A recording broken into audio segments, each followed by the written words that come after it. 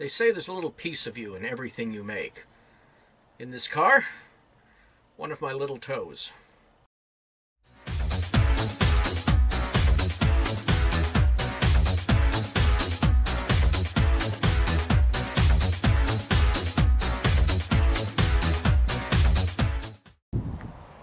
Wow, that is too bright. So this final video is going to be about everything on the back half of the car. I already covered the interior on the last video, and this will pretty much be the back half and everything left over, everything that couldn't have been covered in any previous video. So again, the auction's coming up in about 7 more days, time is of the essence. I'll be as brief as I can, which probably means this will be a 35-minute video.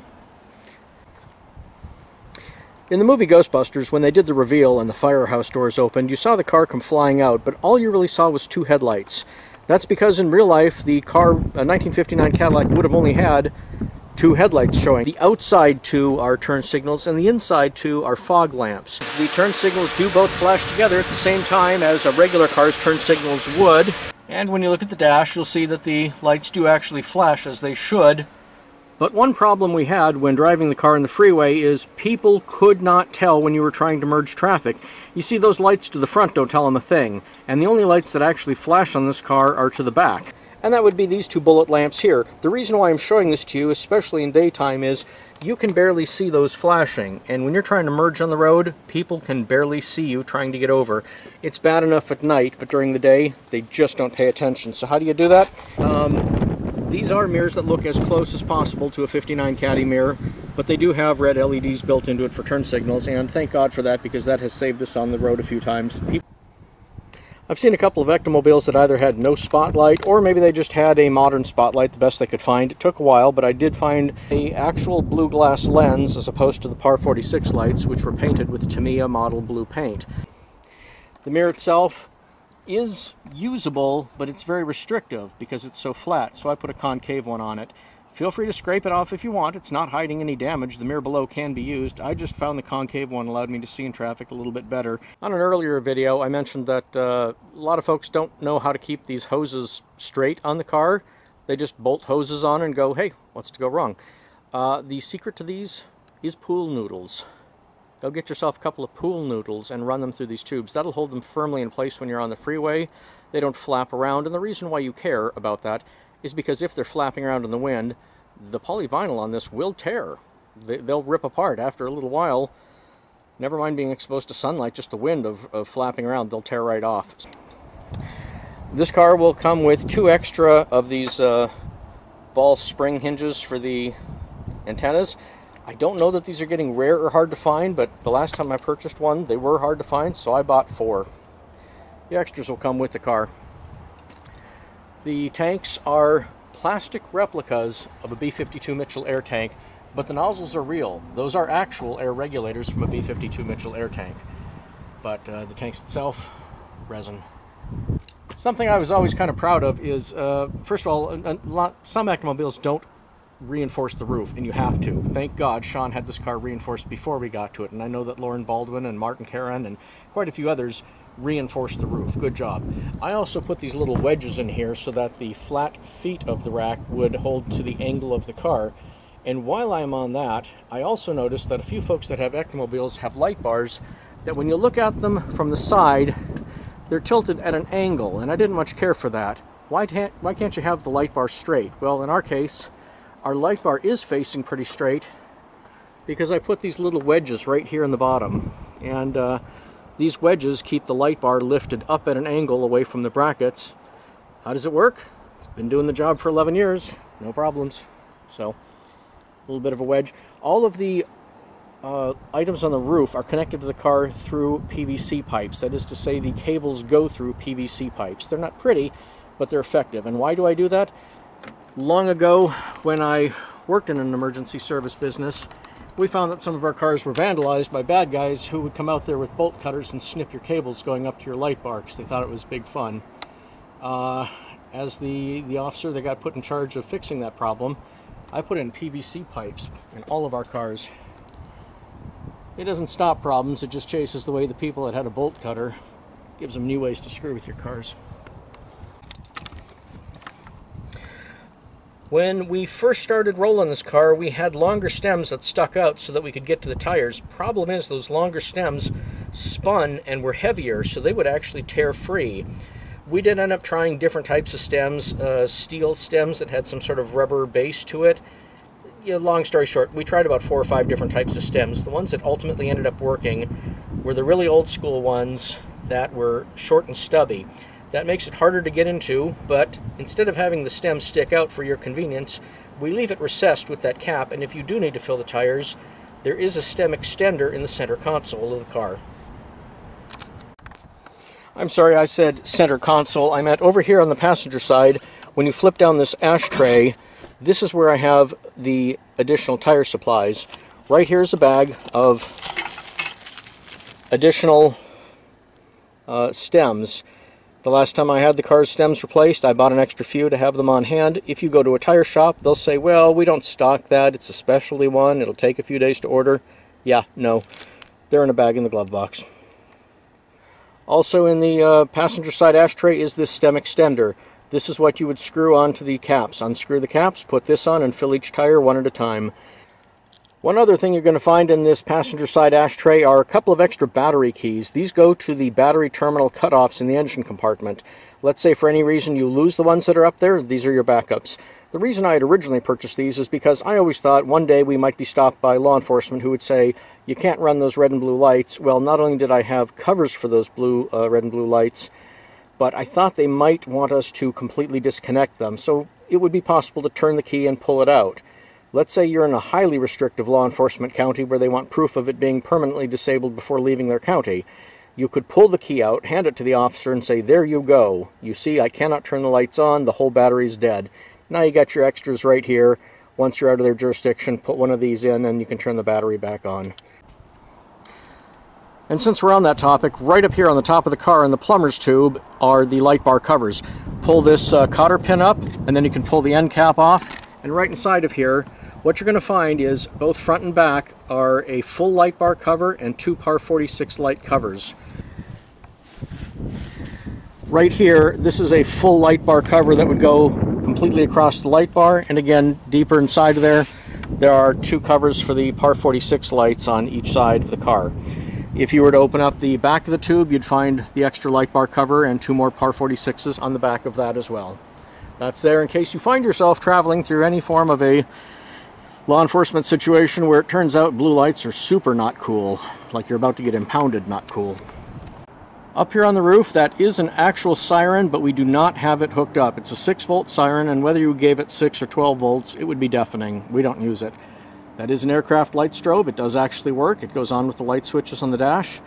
We were not able to locate a propel array, which is the correct light for a Ghostbuster car. That one spins in a circle, like a clock. This one bounces up and down. It's called a sol array. When statically sitting still, you can't tell the difference. Nobody's complained yet. The fan box is not actually a fan. It's a replica of a fan, and the reason why is I needed a hollow box to hold these speakers. Inside of here there are speakers. There's 3 RV Marine speakers. 2, one on each side, facing sideways. That's especially helpful for a parade. And 1 is at the very back, at the back of the box, facing forward. We ultimately found that that one should be disabled because the sound quality was so good, it was projecting forward and into the other parade entries ahead of us. We were kind of interrupting them. Currently, we only have these side speakers turned on so that it passes, plays music while you're there, not announcing your presence 3 float entries ahead of yourself. I recently found out that another Ectomobile has a temporary ladder, and he might not be alone. There could be others where it just clips on for presentation. Nope, ours is bolted and reinforced, and you can actually climb it. I think the safe weight for this would be a maximum of 160 pounds. I'm a little over 160 pounds, like a lot over 160 pounds, and I've gone up this before. I would not recommend somebody of my heft going up there. So if you've got light friends and you need to get up there, get them. Have them go for it. It's fun. This ladder did used to have a plexiglass shield on it. When driving downtown San Diego for Comic-Con, we would have nutty, interesting people run out of the crowd and jump onto the ladder and go, whee, it's fun. That's how you collapse a quarter panel. So we put a plexiglass shield on here that held it in place, and it hooked onto the top up here, And as it came down to these other rungs, we had a hole drilled right here, and the plexiglass would cover over this hole, and we had a lock bolt that went right through it. It was basically a T-shaped rod that pushes through and would have a padlock with a key on the back. I am mentioning that in case the next owner of the car wonders what that hole is all about. That's there so that you can put a plexiglass rack on here. Where is the plexiglass shield that should have gone on that ladder? Well, it doesn't withhold the freeway speeds. I'm not saying I was dumb enough to leave it on when hitting the freeway one day. I'm just saying it's not strong enough for freeway speeds. It's not here anymore. It's gone. Another thing that's very unique about this specific car is that on all 1959 Cadillacs, your lights were these two bullet lights. They were your stop lights and your turn signals. And a lot of people think that these things down here are tail lights, but they're just reflectors. Well, in our car, they're not. They light up. And sometimes I've seen pictures of our car with these lights lit up become the source material for artwork that other people would do, or somebody would build a toy or a replica of the car and they would have these light up. And I realized the only way that could happen is if they used my car as a source material for it. This is the only Ectomobile I know of where these reflectors, these round reflectors, do actually light up at night. Why did I have it do that? Because it looks bitchin' cool. That's why. It looks badass. Do I even need to explain that? The lights inside of the white are not just backup bulbs, they're halogen bulbs. Basically, they're like little headlights to the rear. When you put it in reverse, you should be able to see what's behind you. On the back of the door, you're going to see under these vents, there's 6 white rubber bumpers, and the reason those are there is to come over and bump into this. By nature, by design rather, the door would have swung open and hit here. That's just how it came from the coach builder. I guess it's always done that since day one. I didn't want it to do that, so now I have these nice little rubber bumpers, and they provide a decent enough cushion. It's not perfect, but something's better than nothing.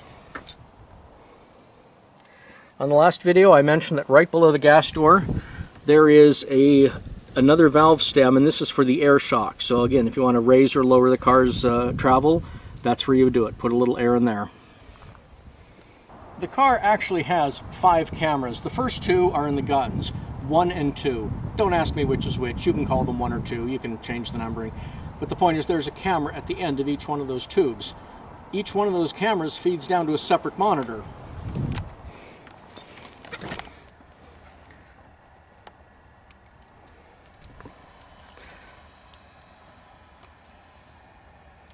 One of those monitors is right here on the dash of the car, and you would be able to see what's on one of the cameras there.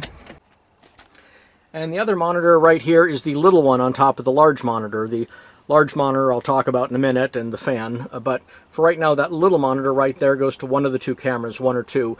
If you ever see that screen blue with the red lettering no signal in it, that means the cameras are not turned on.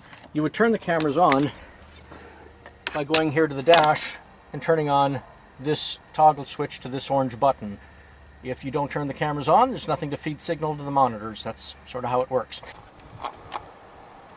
So cameras 3 and 4 go to this monitor right here, and it's located over the passenger side, right where the mount would have been for the sun visor to flip down. That one monitor will show you either of cameras 3 or 4. Cameras 3 and 4 are mounted up high on the rear light bar or low on the rear license plate.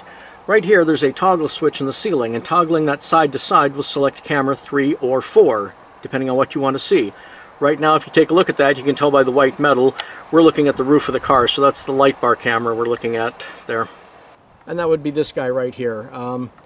I think it sticks out like a sore thumb, but others have told me it kind of blends in.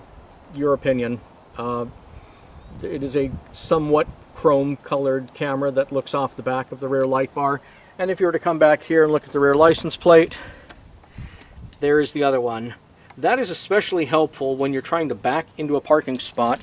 This one's especially helpful when you're trying to figure out what that ruckus is in traffic about 20 cars behind you. I did say there were 5 cameras in the car, and that's because the 5th one is this dual camera mounted to the windshield. One camera points to the front and one to the back, but as far as I'm concerned, it's one camera assembly, so it's camera 5. There's an SD card in it. It's pretty stock standard. I don't know what to tell you. It's a dash cam. It was a pretty good brand when I bought it about 1.5 years ago. I realize technology changes quick, but 2 years ago, that thing was the bomb. So hopefully this high-res dash cam may help you for making your own videos, or God forbid if there's some issue in traffic. Just to finish what's going on up front here, this little hump right here in the middle of the panoramic mirror was a proximity sensor display. This would have lit up with red, yellow, and green lines and told you how close you were backing up to an object. This went back to a series of sensors which are no longer on the car, were plastic buckets I made that adhesively attached underneath both the bottom of these fin-like things jutting out here on either side, as well as two other little plastic buckets that went on either side of the license plate. And all four of these together had a series of wires that came together in a harness right up here in the back of the car. If you were to go in here and remove this top panel right here, you would see there's a, what would you call a lime green panel that looks very much like this twin over here. You would remove this panel, remove the one below that, and then looking down into the wheel well, you would see where all those wires came together. The wires from the hump that's up there at the front of the mirror came all the way back here, and they would meet up with the harness that would go to all the sensors that were back here. Why do I say were? Past tense? I just made the back of the car ugly, and they were only there because Eric and I were still learning to drive the car. It was our first couple of years. We weren't totally dialed in. Once you've driven this car a dozen times or more, you've pretty much got its dimensions figured out. I'm not saying you're going to do any stunt work, but you will be able to back into a parking spot and pull out pretty quickly. Returning to the front of the car, this car never had sill plates. I've looked as far back as the original photographs when Sean bought this car sometime in the 90s, back when it was a black hearse in New Jersey, and even the photographs of it then at that time showed the carpet just coming out and terminating where the metal was, the white metal. There was no sill plate. So after many years of trying to find one, and by that I mean I purchased many on eBay, I have an orange Home Depot bucket at home filled with sill plates and trim pieces that were purchased and which I cannot return. None of them fit. I felt terrible to do it, but I got these Fleetwoods and I trimmed them together to make one out of it. Ultimately, I tried to hire a welder for it, but that welder, the only welder we ever found that worked on the car, did a really great job on our ladder, the roof rack, but he got a real chip on his shoulder against us because the company I work for didn't give him a contract and he blamed me. I have nothing to do with him getting a contract with the company I work for. He always blamed me, and he wouldn't do any more welding. I couldn't find any other welders. San Diego, county of millions of peoples, every welder I went to was too small of a job. They didn't want to hear about it. Not enough meat on the bone, not enough money.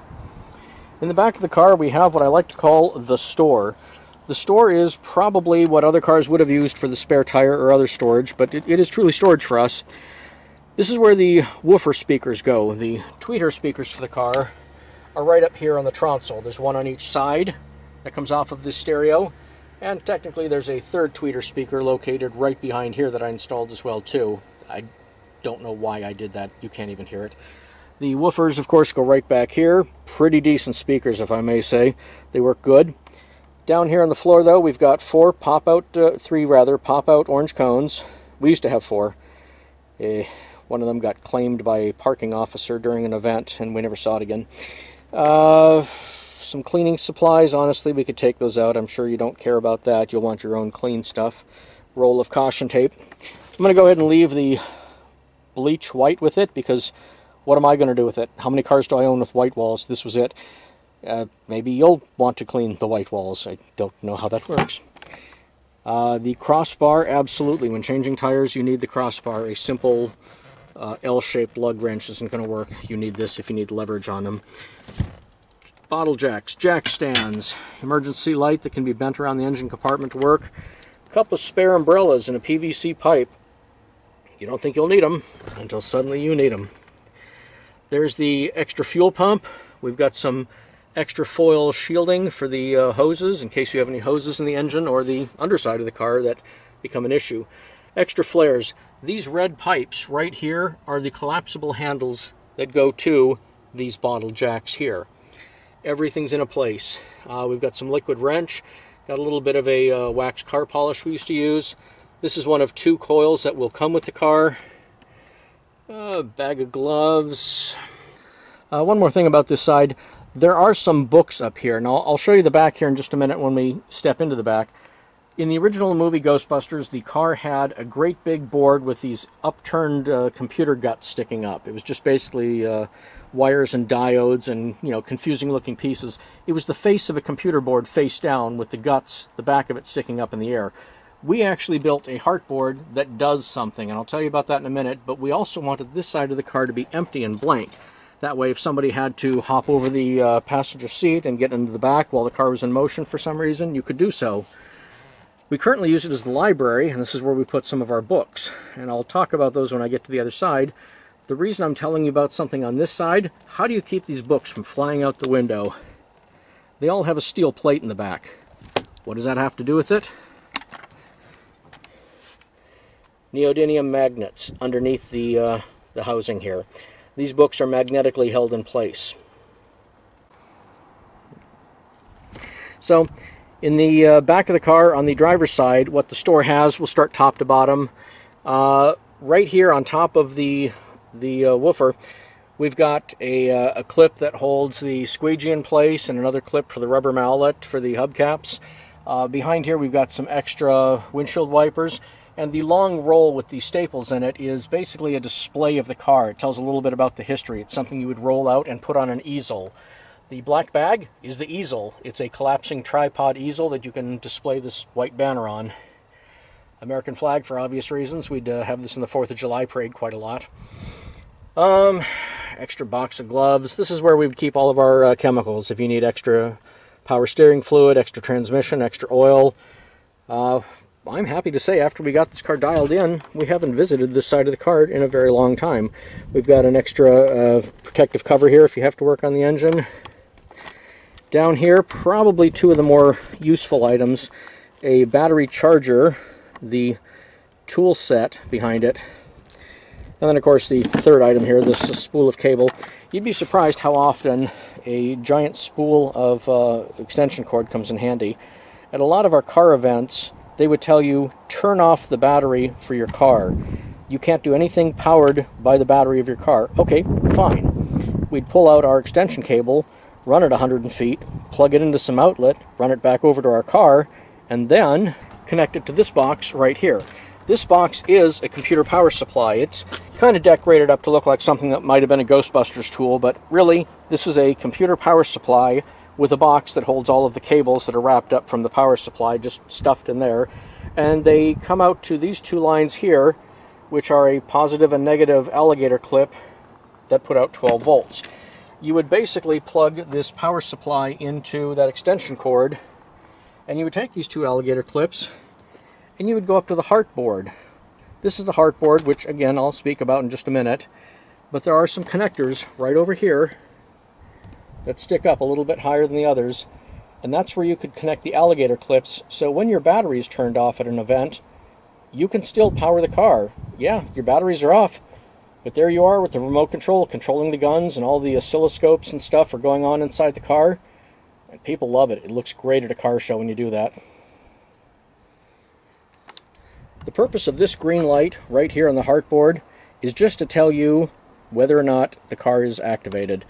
If you are standing outside the car and you're walking away and you wonder, did I leave the batteries turned on? Is the green light on? Yes, you left the batteries turned on.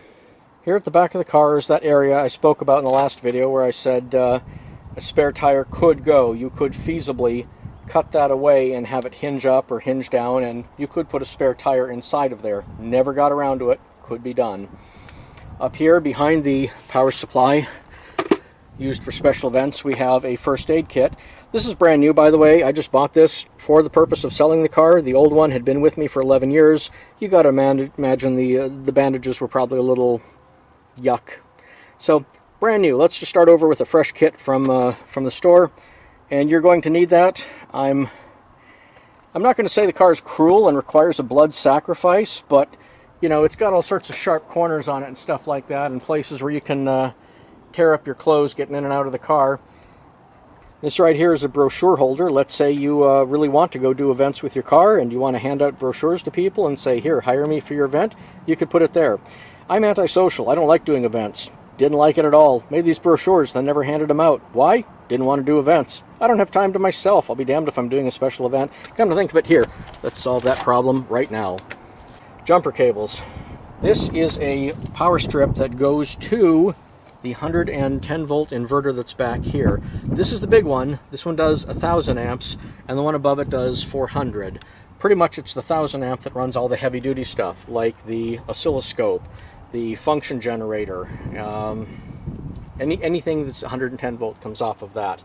If you were to do a special event, do not plug this into this. The 12 volts will not power it. You would want to actually unplug the white extension cord plug and pull it out of the car and connect that directly to that 100-foot orange spool I just showed you. Then you would plug this into the power strip. I'm only beating this topic to death because I've seen otherwise been performed. Somebody plugged the orange plug into this guy, connected the alligator clips to the heart board, and then expected that 12 volts to power that inverter. That didn't work out well. This is an alien face hugger. It's a nod to Sigourney Weaver. There's a few nods in this car to other actors in their movies. This is the back of Slimer. That is Robin Shelby's signature. Robin Shelby, who was Slimer, also signed our Slimer. This fire extinguisher is one of 2 in the car. Also, when you're doing an event and you're out for the whole day, you're probably going to want to have snacks, sandwiches, drinks, things like that with you. That's what the real purpose of this box is. That's where the cooler is. You can pull the cooler out of the back right here and load it up, put whatever you want in it. And then once you've got it locked in there, this entire piece right here hinges back, and from inside the car you would reach in and grab your drinks. Or if you were parked, you could come get them, but you know, when you're in motion, grab them from inside. Moving into the back of the car, this is what I like to call the world's heaviest door. You can get a back injury opening this thing. Don't ask how I know. It does look great on displays, though, when you're doing a car show and both doors open and you can see everything on the inside. I mean, it is kind of phenomenal. A little bit better than 4 regular doors, in my opinion, but it's not screen accurate. There's our other fire extinguisher here. You can get to one on both sides of the car. Back here we have the deck, and like I was mentioning earlier, I wanted to keep this deck open and clear in case somebody for any reason had to hop over the back and over here to do something like, oh, I don't know, grab a fire extinguisher. These are the books that will come with the car. Right here we have Tobin's Spirit Guide. Eric Burnham, who's known as one of the guys that did, basically he's the feature name with any Ghostbusters comic. He was the contributor on this. Handbook for the Recently Deceased. This is a great read. Problem is, you got to be Lydia or Otho to read it. Anybody else, you're going to have a hard time. This here is the Ectomobile manual. Is it a real Haynes manual that shows you how to work on the car? Not really, but it's the next best thing. First of all, it was written by a really good friend of mine named Troy Benjamin. He and Mark Smerak made this manual, and it's a reference for all things for the car. It probably won't tell you how to fix it, but it is otherwise a very entertaining manual that will tell you everything about the history of it. And this particular one was not signed to me, it was signed to the Ectomobile. So to you, the next owner of the car, I believe he's addressing you. All the best, and may this car run well. Right here we have a box of Stay Puft Marshmallows, and back, oh god, how long ago did this come out? 2006? Back when this came out, it was a very expensive box of caffeinated marshmallows. It's a neat storage box for stuff, though, and that's really what it's here for, when you need extra trim screws, valve stem caps, things like that, and you're in a hurry. You can move the box wherever you want it. Here at the back of the car, we have a storage area. The bulkhead has an overhead storage area. This is another one of my references to another Ghostbusters actor. If you take a look here at 1060 West Addison. I falsified my renewal. Put down 1060 West Addison. 1060 West Addison? Wrigley Field. Anyways, inside of this is the bulk of storage. I get it? Bulkhead. Bulk of storage. I'll be here all week. Each one of these boxes are listed with things that you might need. Anything for the repair of the electrical system, glass or mirror, glue, more glue, Screws, zip ties, and fasteners. You don't know how often you'll need those. There are a few fuses in here that are glass tube ones and trim clips, but for the most part, the fuses that you'll probably want to use are going to be these ones here. These are called glow fuses, and what makes them unique is when they blow, they glow. You can actually tell which fuse went out because it will be glowing. I don't see too many of these around anymore. In fact, I think these went out of production, but they worked great. They were just god-awful expensive, so nobody bought them. I use these glow fuses not only here on the heartboard, but right here on the center console as well. If you were to open that panel, all of the fuses inside are glow fuses, and that's to your benefit. When you open that panel to find which one blew, it's nice to look in the dark and see which one's glowing. This box, marked fuel line and tires, has extra filters for the fuel line at the back of the gas tank. These items right here are your extra filters for the fuel filter at the back of the gas tank on the underside of the car. If that filter ever clogs up, it is a clear tube, it is a visible filter. You'll know when it's clogged, you will physically be able to see it. You'll have to climb under there to see it, but you'll see it. Everything's marked, and I don't know that it's worth bothering you with every single thing, but you will find extra fuses, extra WD-40, extra fuel filter for the one up in the engine, extra hose clamps, because we'll need those, extra bags. That yellow box back there is trash bags. This pop-up dome light. You never know when you're going to need a light up here in the middle of the night. Duct tape. Do I even have to explain why you're going to need that? A extendable mirror. That has become invaluable, especially when you drop a screw in the engine. Bag full of tape. I know it sounds really ghetto, but you have no idea. Silicone tape, electrical tape, double-sided tape. There's that Flex Seal tape that stretches and can plug any kind of a hole in here. Different colored electrical tape, red and white. Stretchy tape for sealing hoses. Any kind of tape that you need, it's pretty much in this bag. If it's related to fixing this car in any way, shape, or form, it will be in this bag. Up in here, the plastic packages are additional vacuum hoses. Those would be for engine items, especially at the carburetor. If those dry out and you suddenly find yourself needing a replacement vacuum hose, there's 3. Pair of scissors, goes without explanation. Glue gun. Yeah, you might need a glue gun. And that's when this little inverter right here, the 400 watt, comes in handy. You could also use the 1000 watt if you really thought it needed that, but the 400 is sufficient power for the glue gun. It's pretty much the glue gun inverter. That's what it's there for. This car was a hearse and did not have this floor here. This whole floor was a solid floor with roller caskets. It was only when myself and my friends Panther and Greta took a saw and the 3 of us worked away at this floor and cut this opening and built it out of wood and put the rubber mat that this car got, for the first time in its life, an ambulance floor. We were surprised to find out when we took away the initial piece on the side that there was a cutout on the inside already ready to go. Perhaps the coach builder knew that this car could go either way and they wanted to plan ahead. Anyways, when it came time to put seats in, sure, I went online looking for the authentic ambulance seat. But when I saw them, and when I sat in one in another car, it was a pretty rough ride. And I thought, no, I want to ride in the back of this car in comfort. So I found a big cushy truck seat out of something. It was a Dodge or a Ford or something. I think it went in between 2 seats. It would have been like a center console seat that folded down. Would have made for a nice... If you know what kind of car it goes into, leave the comments in the section below. I have no clue. I know this. When I ride in the car, it's very comfortable. Oh, by the way, what's back here? Water-cooled reactor safety. You think you won't need this book now. Everybody thinks they don't need this book now. And then, one day, the accident happens and you need this book. You laugh now, but you'll be melting later. This right here are a couple of autographs of Bill Murray and Harold Ramis.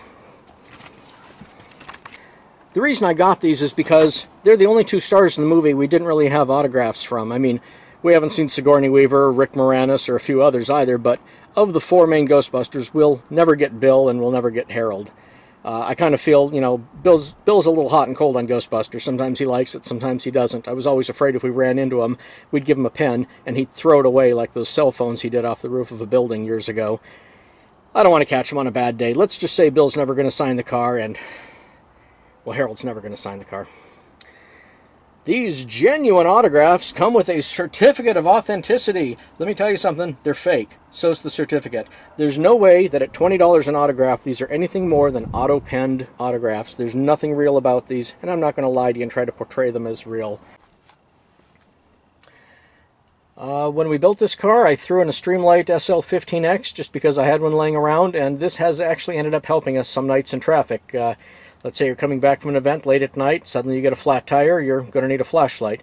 You might even need a flashlight with a traffic directional cone to tell people to go around you. Or, better yet, call AAA. But sometimes your safety depends on you and your actions, not waiting on somebody else to help. So I like to take control of a situation when the shit hits the fan. There's my flashlight with an orange traffic directional cone. The flashlight charges based on this switch right here. This switch will decide whether or not it's charging or not. And the reason why I have a kill switch in the first place is you can overcharge this flashlight. If it's charging at all times, like it is now, let's say it was constantly in a state of charging, you develop a battery memory. So I leave it off most of the time, but if I'm going to go on a long road trip, I'll flip that up and allow the Streamlight to actually charge. So we're going to go ahead and turn that off right now, but that is your Streamlight charging switch. You decide how often you want it to charge. This right here is called the heartboard. Now, as I mentioned earlier, in the original Ecto 1, it had a big board with a whole bunch of gobbledygook sticking, and it looked really interesting, but it didn't physically do anything. It irritated the hell out of me that it didn't do something. I want stuff that does something. So I thought I would build a board that would actually have working stuff I needed, junction points for the different electrical items, and then when I was done, I would add gobbledygook to it.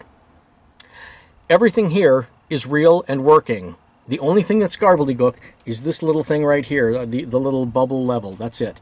Absolutely everything else is real. Real power is going through there. There's nothing in here that's a joke. There's nothing in here that's for show. This is all quite real. At the front of the car, the heavy 8-gauge cables run off both batteries.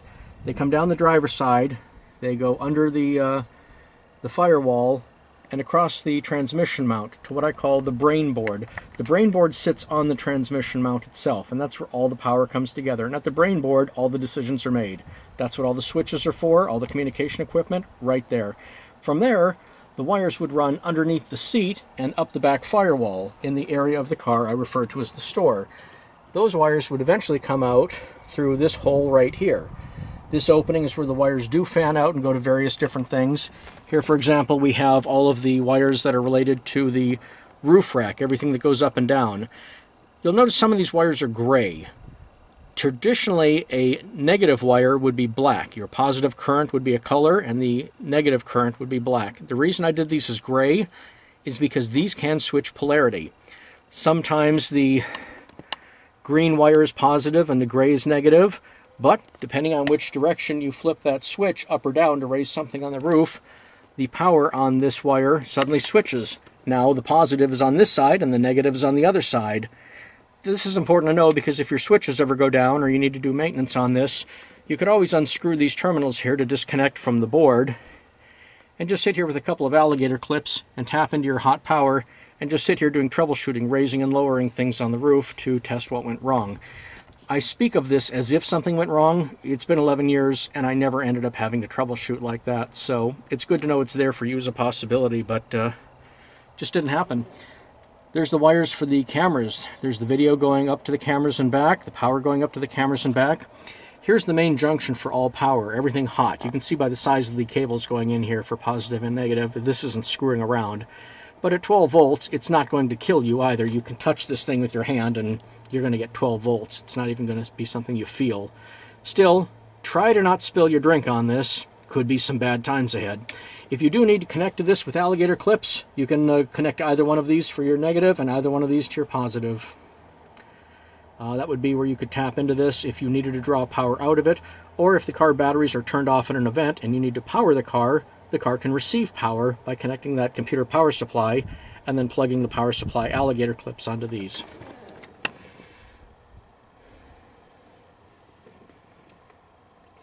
These 5 terminals and 5 fuses go to the various items in the back of the car, lights. Like, for example, on this switch right here. This would be at night when you turn the headlights on. These labels all glow so you can read them, but during the day you wouldn't notice it. The top switch is for the trophy, which is this over here. When you turn this on during night, it would illuminate this. The plasma ball at the end would come on, and various lights and LEDs underneath the trophies would illuminate.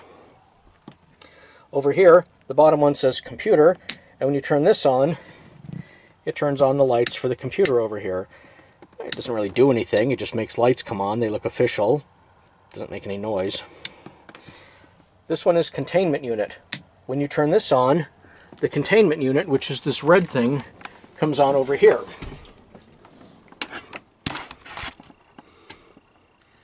Even though it's daytime and still a little bright, I can turn it on and you can see the plasma firing in there. There's an actual plasma wand going back and forth inside of there. There's also lights that go on through the rest of this that go towards the back. This on-off switch also turns on and off LEDs connected to each of these traps. The traps don't really do anything, but it makes lights come on as if one trap is charging, another one is completely charged, another one's blinking like it has a maintenance problem. You know, it looks official. All of that would be controlled by this switch right here. This one I like. It's a toggle between green and white. You can choose what color you want the interior tracks to be, which are these guys right here. Up in the back windows of the car, there are tracks on each side. These tracks have lights inside of them. Some of them are green, some of them are white. Maybe you want to turn on white so you can see what's going on and it reflects against the silvery screen of the car's interior. Or maybe you just want the mood lighting of green. And I gotta tell you, if you're doing pictures at night, those green lights look fantastic. When we pull over to do an event, sometimes I'll just turn on the green ones for that neat little glow inside. Looks really good. You can't have both on at the same time though, they do toggle. These are the dome lights. Turning this on turns on the dome lights on either side of the car.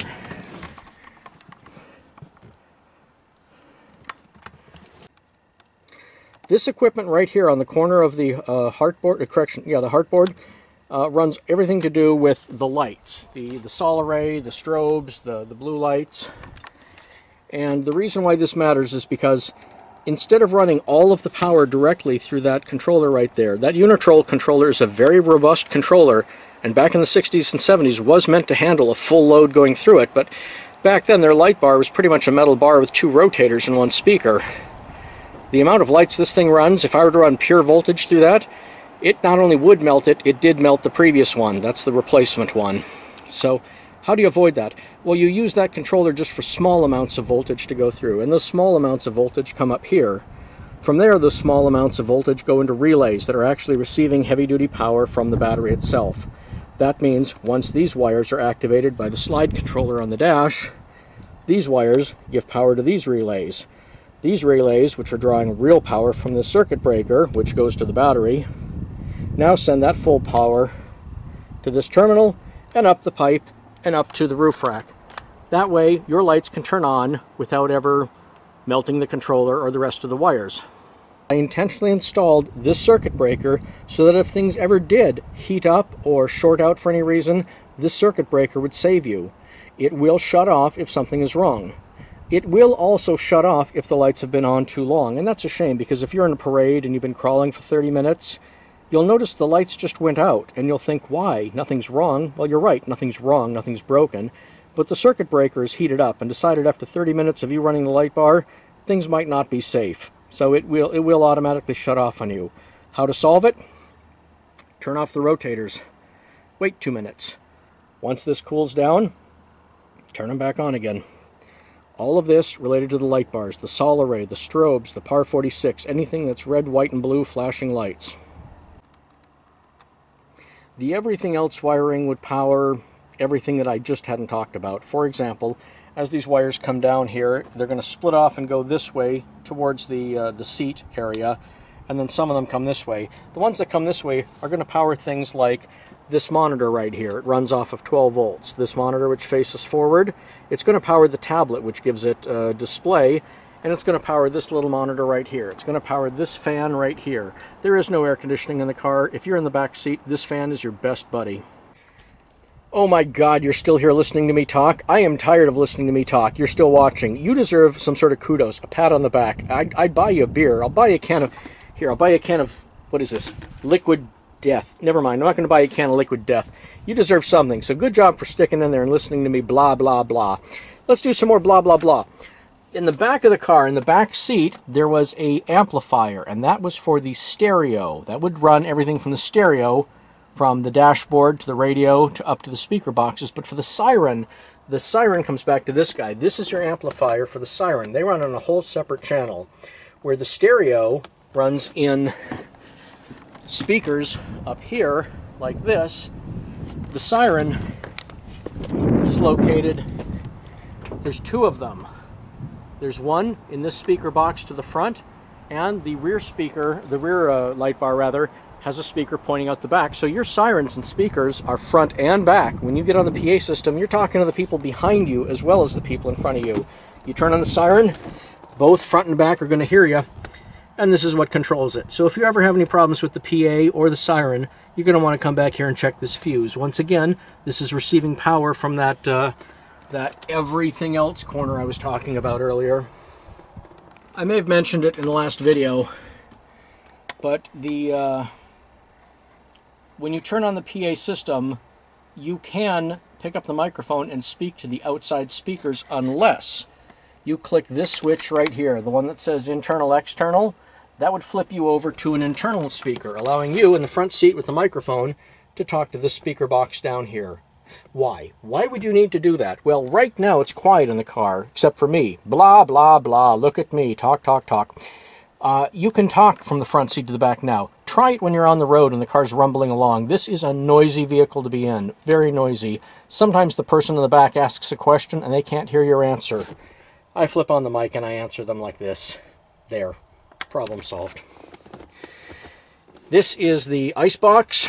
Grab the handle of this. The handle has been fixed in place. It should not come off. It is glued into this position and has some screws through it that hold it to the frame. This whole upper lid comes off and you can reach in there and grab your drinks. Otherwise, it is the support for a real working oscilloscope. This is not a hollow prop. It's a real oscilloscope.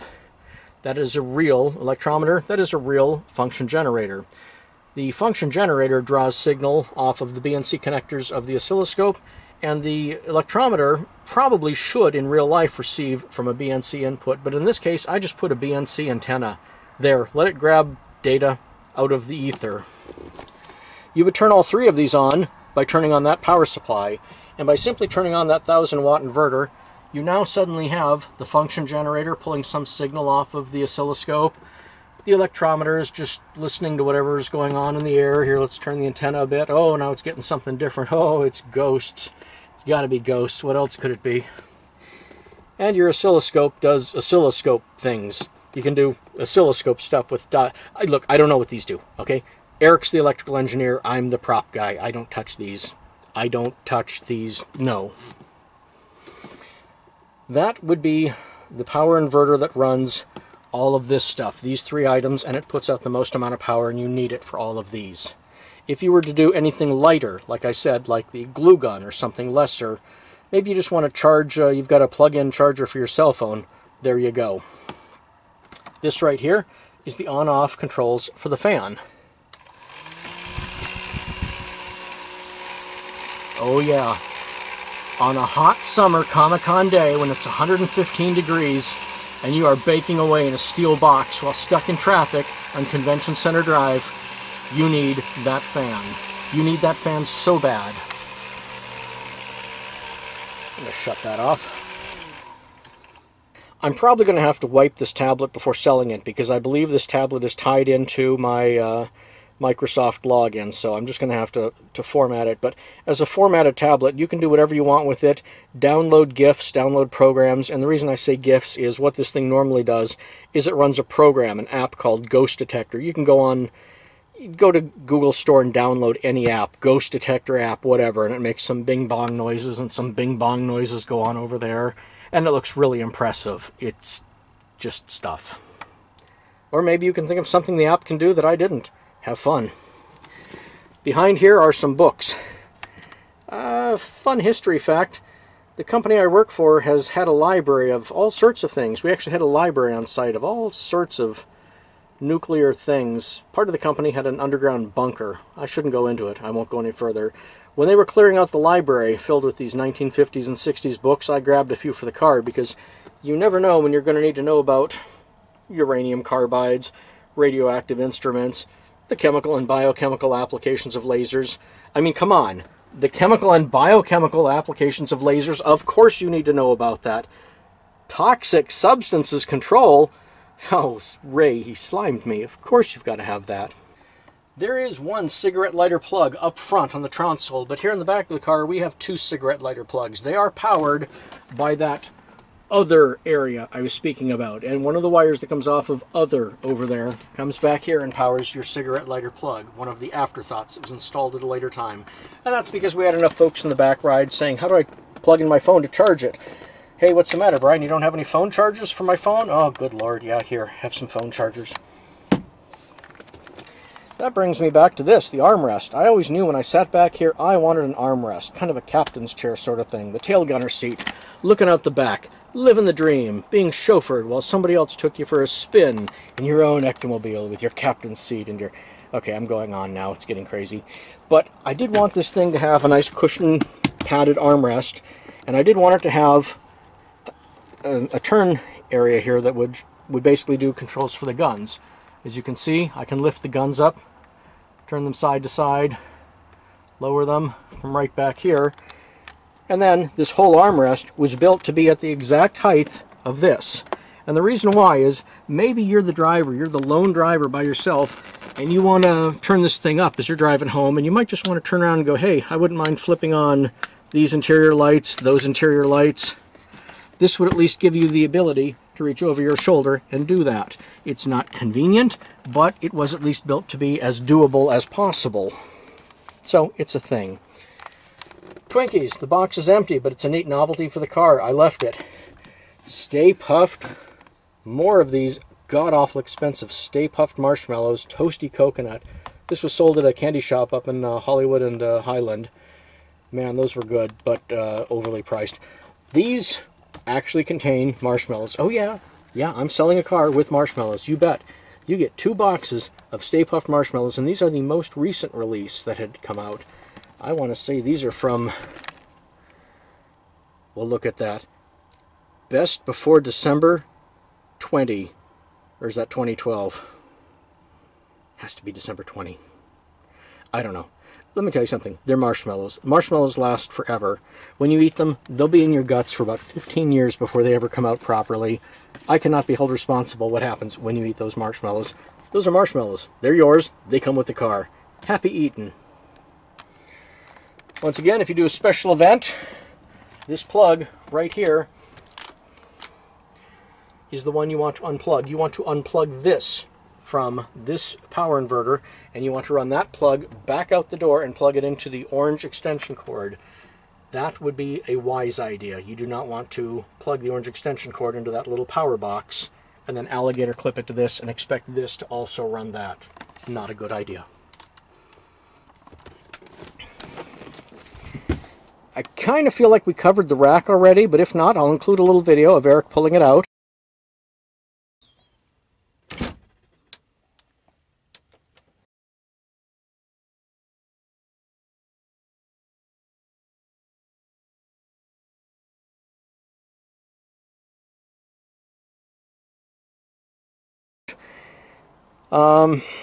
It's pretty straightforward. This is the correct model rack for this car. The one difference I made was the rack for the movie had a single, I don't know what you'd call it, a single fork at the bottom that would clip onto the packs. In my case, that wasn't a good idea because right in the very middle of these packs is the stereo control box. So I made one that has 2 forks, one on each side. That allows it to go around this black box, one on each side, instead of piercing it through the middle. Also, because there are 2, when you turn tight corners, the packs don't rock back and forth. It's resting on 2, not 1. This is one of those places where I wasn't authentic, but I thought, screw it, this made the car better. Now you can make those high-speed turns and the packs don't rock around all over the place. This seat was also some sort of a weird seat from, I forget what, a Subaru, a Jeep. It was one of those middle seats on a car, and I had to cut off a bracket on the back of it to make it what I wanted it to be. But it ended up being a flip-up seat that looked more or less like the ambulance seats that would have been back here. This is a lot more comfortable than it looks. I actually prefer this seat over the one I'm on right now. It also folds up rather nicely too. When you bring it down, these feet right here are what holds it on the ground. And that's great, because if you're doing some kind of special event and you need to load in something long, you can do that now. Over here we have a cup holder, and I'm going to leave the high C with it because this is actually filled with liquid resin. It's solid plastic in here. There's no actual drink in here. This was cleaned out a while ago, but this is an actual container of high C cooler, and you'd be surprised how many people look at that fondly and go, oh my god, they actually have high C. Don't drink it. It's plastic. You get sick. You'll probably die. Have some marshmallows with your plastic. I'm not going to drink that. That's crazy. I'm going to drink this instead. I mean, what the hell could go wrong drinking liquid death? Back here we have the trophy case, and I'll go into that in just a second. The car will come with a few props, and they're not all pictured in here quite yet, but they will be. Easily one of the hardest parts about the car, maybe the hardest part about the car, was the license plate. That is not a replica. That is the California license plate Ecto I. I could not get Ecto 1. Somebody already had that. But I did get Ecto I. It may not come with the car because after talking to Barrett-Jackson, it's not normal for a license plate to stay with the car. Proton packs. Like many hearses, we do not have a roll-down door here. It's just a regular door. Hey, let's face it, whoever's in the back probably is too busy being dead in the casket to need that door handle or the roller anyways. There is a single dome light I installed. It's powered by batteries. You'll want to change those out now and again, but it will let you get back here and work. Here's some of the other lights that would have gone on and off when you turn on the containment unit button back there. This is basically a hollow facade. This does not go down deeply. These are not real traps. This is a shallow 2-inch pan with just the back end of a trap sticking out. There is in reality a whole solid metal box in here with the covering over it still. I didn't remove the green covering. It's underneath there. Going to freeze frame here for a second. I forgot to mention that little blue box in the middle. That is the controller for the LEDs on the underbody of the car. That's one of two controllers. There's so many LED underbody on this car that it had to be divided up over two boxes. During the engine video, I showed you something on the firewall in the engine compartment on the passenger side. That is one half of the lights, and the other half are controlled back here. This little blue box has some push buttons on it, and depending on which patterns you choose, you can cycle through the different patterns it would show. This one's easily accessible. You can just put your fingers on it and press the buttons. Up in the engine compartment, I put it in a sealed box, but with very small drilled holes in the plexiglass face so that you can poke a paper clip in there and hit the buttons. But that blue thing, underbody LED controller for the back half of the car. By the way, when you pull the stretcher out, make sure you look at the handles. I marked front and rear. When you squeeze these handles to pull them out, you will probably want to leave this locked in place. When you get it halfway out, push this in, and then squeeze the handle that says front. Front will allow the front legs to drop.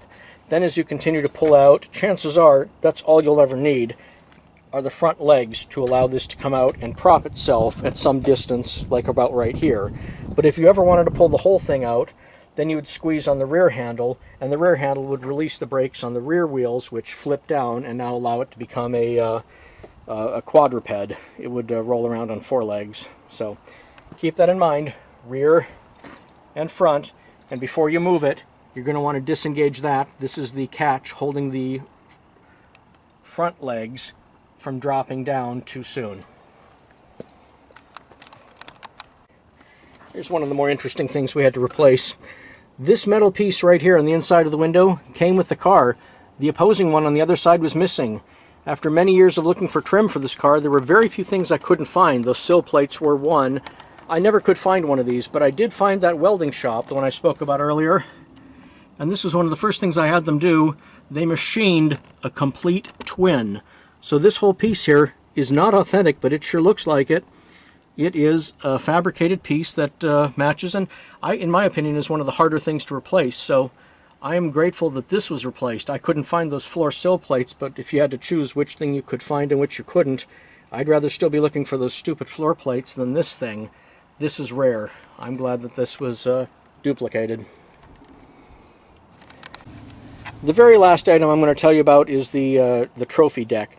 Now the reason why this is here was to consume space. I mean, it was otherwise an empty deck, and that would have been fine. You know, it could have been left empty, but I'm one of those sticklers that I want something in every window, and I'll tell you why. When I went to Comic-Con in the late 80s, there was a guy there who had an Ectomobile replica. I can't be sure, but it might have been Peter Mosen, who's pretty famous. And it looked great, and I went running over to the car. Wow, look at what's in here. And then I got up to the windows, and the inside was empty, and I felt disappointed. As a child who'd been to Disneyland, where every window on Main Street was populated by something cool, and there was something motorized going on, a display, I was used to a certain level of wow. And then I got to this car, and he'd done a great job on the exterior, but the inside was empty. And I felt betrayed. I mean, I had no right to be. It was self-entitled, I know that, but the inside of the car was empty, and my wow just planed off, and I thought, man, one of these days I'm going to build an Ectomobile, and there's going to be wow in every single window. There isn't going to be one bit of unused real estate. I'm going to 1-up this guy. I'm going to 20-up this guy. I'm going to 100-up this guy. So it bothered me that I would have a window with nothing in it, because I feel you should be able to look into a window and see something fascinating everywhere. Okay, long story. Thanks for letting me bend your ear. This is the trophy case. This spans Egon Spengler's career from the end of Ghostbusters 2 up until more current times. And here's some of the other items that are going to come with the car. Earlier I mentioned about these spring ball joints for the antennas. There's 2 brand new of those. 1 extra coil. This is the only real blue glass bulb we have. You'd never guess that by the words real blue glass bulb, but it's a real blue glass bulb. Unlike the Par 46s, which had to be clear bulbs and painted with that Tamiya blue paint, this is an actual, it is the only real blue glass, other than the one that's currently on the spotlight right now. So if the spotlight one were to break, you would want this. If you don't know how rare this is, pause the video, hop out on eBay, look for one. Tell me what you don't find. Yeah. Here's the hub puller. You will need this hub puller to get the wheels off of the Ecto. It requires a very special hub puller to accomplish that. I'm going to give it to you because what good is it to me, and you are just going to need that hub puller. I've seen what happens when you take it to a shop and they don't have one and they don't know what to do. They sit there with a blowtorch and a hammer. Oh, God. Not again. Well, it's the night before we load it on a flatbed and bring it to the auction, and I didn't get everything filmed. I certainly didn't think of everything. Things that I've missed. I meant to tell you about the roof rack. The original roof rack for the movie used car, if you were to look at the rack without anything in it, you would see it has 3 bars across the bottom that run horizontally. And, you know, the problem with that is, I know Stephen Dane was in a hurry when he put this together, and he did the best he could, but over time you think of improvements. And in my case, I thought it was better to put a cross beam in there. So we have an X shape in the bottom of our rack as opposed to the screen accurate. And who cares about screen accurate? We want stability. But we did 2 other things differently. When you look at the movie car, at least as it used to exist in 2008, you could see that it had a wooden rack. Everything white was wood, and it had faded and chipped and flaked away. So I knew when I made my rack, we would not be making it out of wood. Instead, we decided to make it out of something called starboard.